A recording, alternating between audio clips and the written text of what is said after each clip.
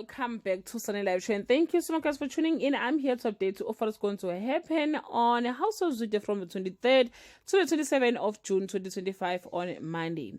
Maria and Isaac grow closer while Mampo learns her father is alive and hears a twisted version of the past from Mapula on Tuesday.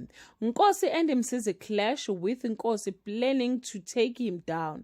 Shoki warns while Mampo vent to Soga and Maria confides in Isaac on Wednesday. Nkosi plans to blackmail Msizi, but Ona is wary.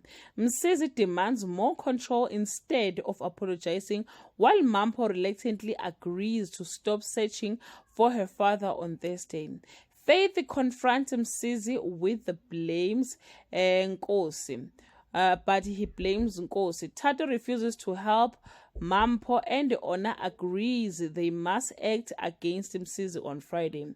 Nkosi and Ona offer peace, which Msizi accepts, and Ona gets footage of Sizwe's death. And Soga learns Moilo teaches in Johannesburg. Mampo is shocked her father lives in the same city. Well guys, that's all I have for today. You can leave your comment.